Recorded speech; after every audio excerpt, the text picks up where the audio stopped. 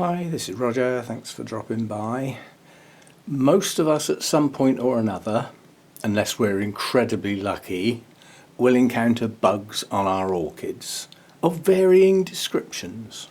Quite honestly, the description for me is not based on what they look like, what colour they are or whatever. It's based on how easy they are to get rid of from top to bottom. Top of the list, easiest to get rid of, aphids. Quite honestly, you can just blast them off with water, do it every few days or every day. You can't harm the plant, it's only water, and they just blast off. But obviously do it in a place where they can't get back on the orchids. So if you've got your orchids indoors, take them outdoors and get rid of the little blighters. But they're quite easy. Heavy guns like systemics are a little bit over the top for aphids. They don't need it. Yeah, they're quite easy to whack. Coming down the list then from there, I would say mealy-bugs are next, because again, they can be splattered with water and knocked off, but the chances are the younger ones and or the eggs will get left behind and start again. So any of the soapy wash type things, we'll get rid of those, providing you do the multiple applications and don't forget and leave big gaps, because they'll just get going again. And then I would say bottom of the hardest are the scale. And that's what I'm dealing with at the moment. I have so few mealy-bugs around this place that I don't even, most of the time I just wipe them off with my thumb. Now last year they were quite bad, this year not so much. Some would say my adding in extra calcium could have helped with that. I got no evidence, but I'm very thin on the ground on the mealy-bugs this year, and until quite recently have been stonking up the calcium. Not so much now. I'm still doing it, don't get me wrong, but not as often and not to such a great extent. If I'm using my normal feed and I want to bump the calcium up, I tend to use the CalMag now, because that's got the calcium and the magnesium and the iron and a little bit of nitrogen. So it's a bit of a kick in all directions, but not too strong. If I want to use the calcium nitrate, sometimes I will use that on its own, sometimes I will mix it, but I'm not using it as often on the grounds that my normal feed has got calcium in it. It's not like I'm depriving my orchids of calcium. Just give them an extra little kick now and again. And it's not a lot of good stonking up all these things if the plants aren't growing.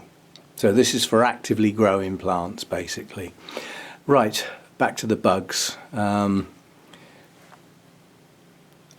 got a program running at the moment for all of the plants that have either had scale and don't seem to have them anymore. They're only teasing, they're still there. They're not gone, they're still in there somewhere. They're just perhaps not as active today as they were 3 weeks ago.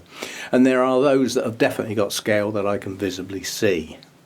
Then I've got to split the plants, because unfortunately there are plants in here that do not like systemics. Now whether, I can't really differentiate yet whether it's the fungicide systemic they don't like, which is the highly probable problem, or the bug systemic, which is less likely to be the problem. Yeah, so certainly I changed my fungicide systemic to something different, and we did have a few problems on some plants, and somebody with a very scientific background got onto me via email and explained why. And it's highly likely that that was the problem. So I haven't used the systemic fungicide since. I'm still thinking about looking for what I would call a protective fungicide, a coating.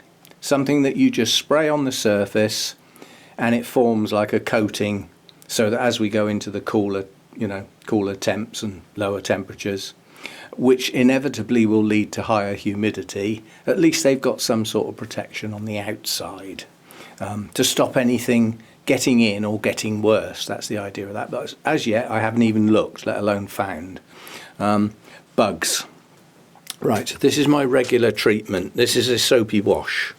kills by smothering, by suffocation, can do no harm to the plants. Now I'll say that, but yes it can. There is something it can do that has got nothing to do with what's in it. It's the fact that it's a liquid. Yeah? If you absolutely soak your plants, which is the only way to use that, and then you go into a cold night and they're still soaking wet, you're doing harm potentially via that route. It's not the chemicals or the active ingredients or anything that's in it that's doing that. It's just the fact that you've left liquid on the plants when the temperature drops right down, and perhaps your fans are off at night as well, so they stay wet in the crowns and in the leaf joints. Now we know that's not a good idea at the best of times, whatever the liquid. Yeah, so go steady when you do this. These sort of things are best done in the morning to give the plants as much time as possible to dry, which is what I'm doing now. It's not even 10 o'clock yet. So that's my regular treatment. Needs repeating at least every 10 days.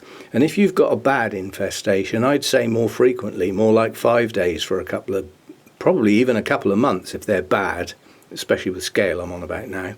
And I'm only talking about scale really because I haven't got aphids, I haven't got thrips, I haven't got any of the other stuff. A few mealy-bugs, but not worth bothering about, not worth a mention. And they certainly don't need any form of heavy treatment. It's the scale, right? So that's my regular treatment.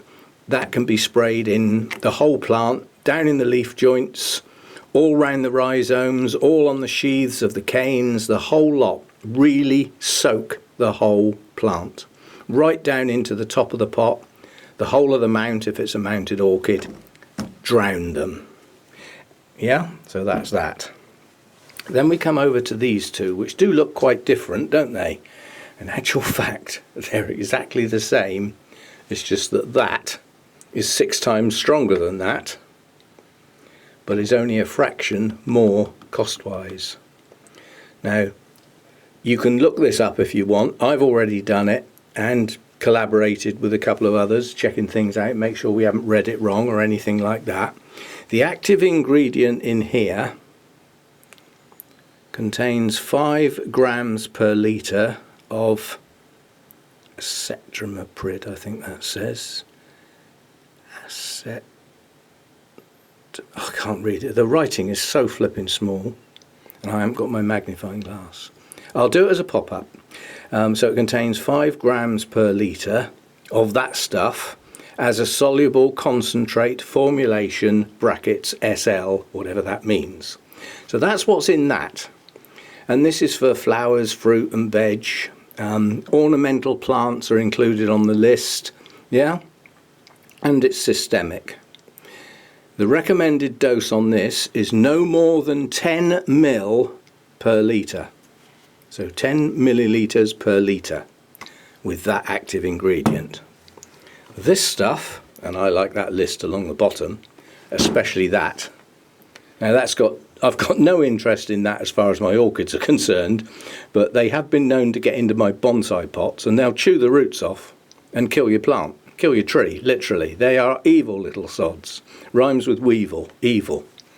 So what have we got here? It's called Bug Clear Ultra, but this one's called Vine Weevil Killer. And this might take a bit of finding on here.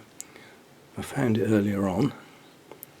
Blah blah blah blah blah blah blah blah blah blah blah blah blah blah. Not there. Right, come on, here it is. It's in here somewhere, I've seen it. You can make it nice and clear, why don't you? Oh, by the way, this stuff is contact and systemic. So it comes at it from 2 directions. Well, it's in here somewhere.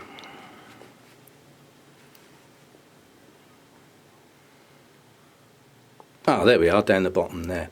Contains 5 grams per litre of that big long word as a soluble concentrate formulation, brackets SL. It's exactly the same stuff in it. The difference is when you're using this for what this is designed for, a pot soak for soil type pots, to get at the vine weevil grubs. Yeah, that's what it's designed for. And this says 60 ml per litre. So the only difference is the dosage. 10 ml per litre, 60 ml per litre. This was about 8 quid, that was about 11 quid. Now if you work out straight away that this is a bigger bottle, yeah, this is in fact, it should flipping say how much, shouldn't it? That's 480 ml. This is, come and talk to me, 200 ml. So you've got well over twice as much, and you're going to use it at 10 ml instead of 60 ml. It's going to last ages and less than twice the cost. Far, far more economical to get that stuff. It'll probably last. I bought 2 of these in case they took it off the market, because the systemics are getting removed from the market slowly but surely. So I bought 2 of these. I'll be dead before those are used up, and I'm not mucking about. Really overdone it. Especially as I already had one of these that I'd only just opened. Anyway, so that's my bug stuff. I won't get on to using that until this is gone, because this is open. Yeah, so I'll use this first. And this goes down at 10 ml a go, obviously. It's about, I'd say it's about 2/3 full. So I've still got a good bit to go. And of course, this doesn't get used very often, and I can't use it on all my plants. And I don't spray precautionarily for bugs. I don't do that. I wait until I know there's some bugs on the plant before I risk treating them with this stuff. Yeah, but I went round this morning.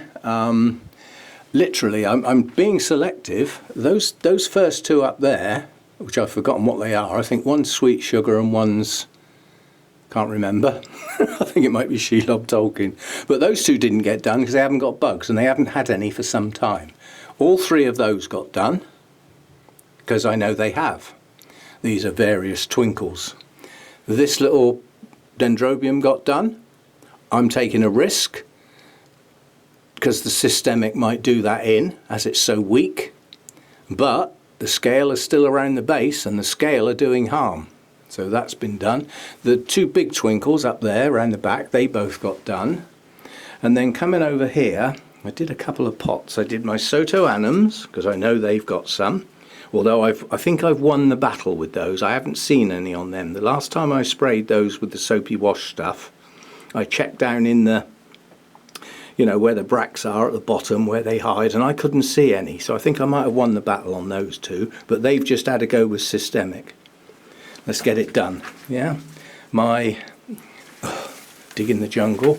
My epidendrum there that has the bright orange flowers. That's just been done because the scale on that are actually bringing the plant down.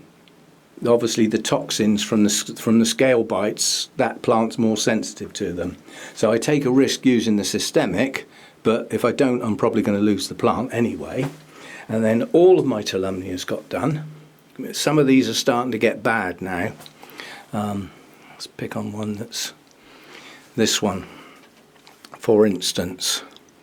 Now I have got a new growth coming, luckily. But this fan in the centre, the scale have got into the base of that, and you see how the leaves just kink and keel over?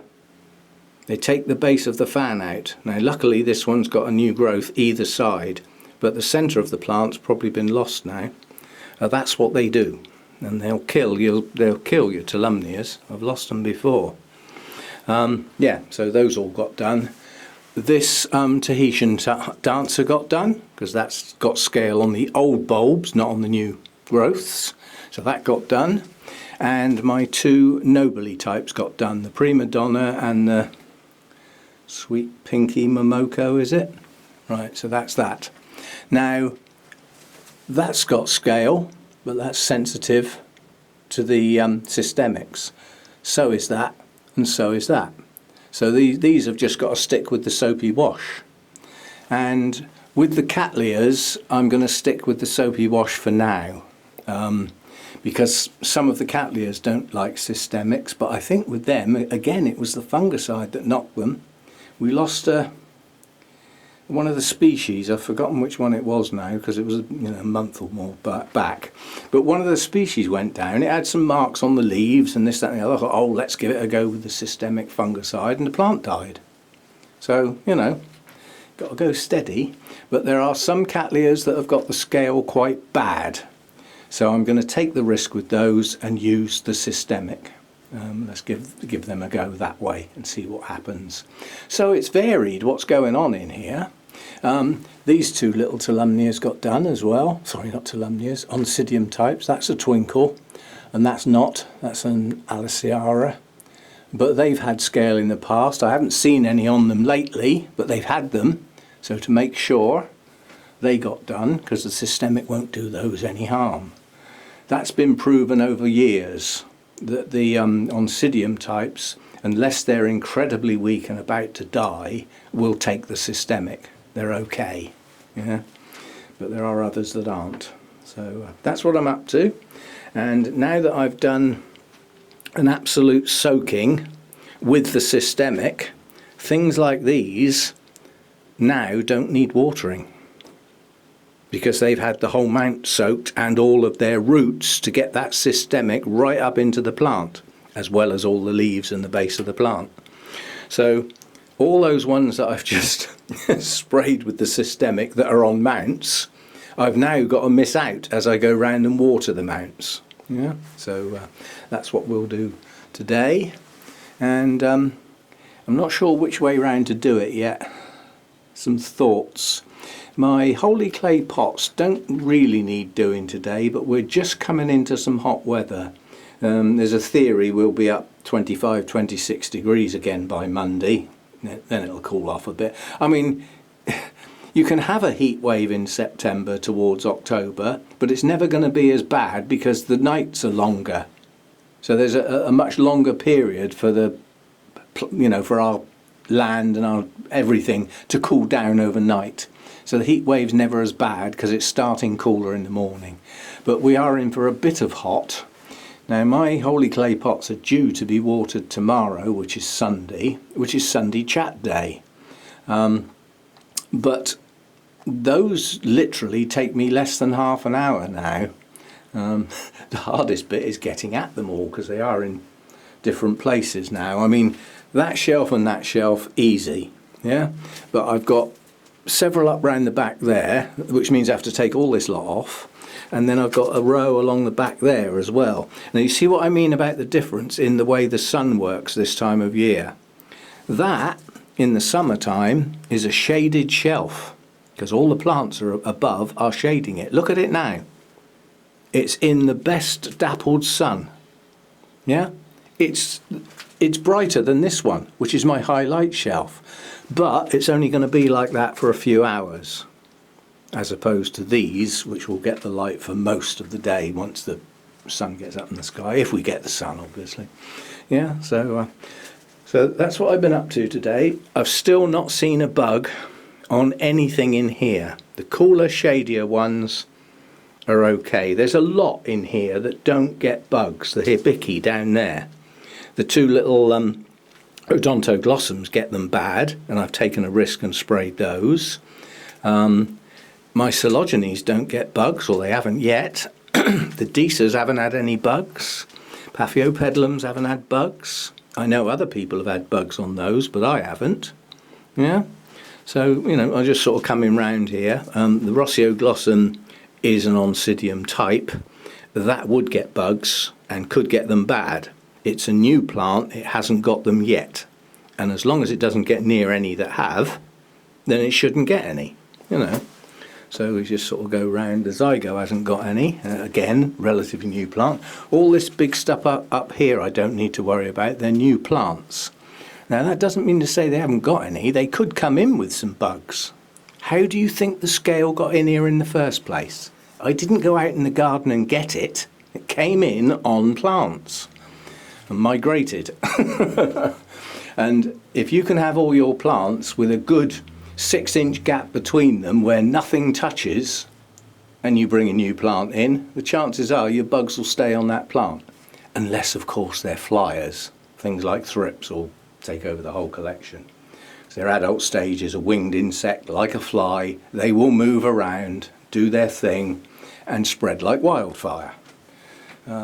Scale, not so much. They'll move across plants that are squashed in together, all touching, given an opportunity. The crawler stage will do that.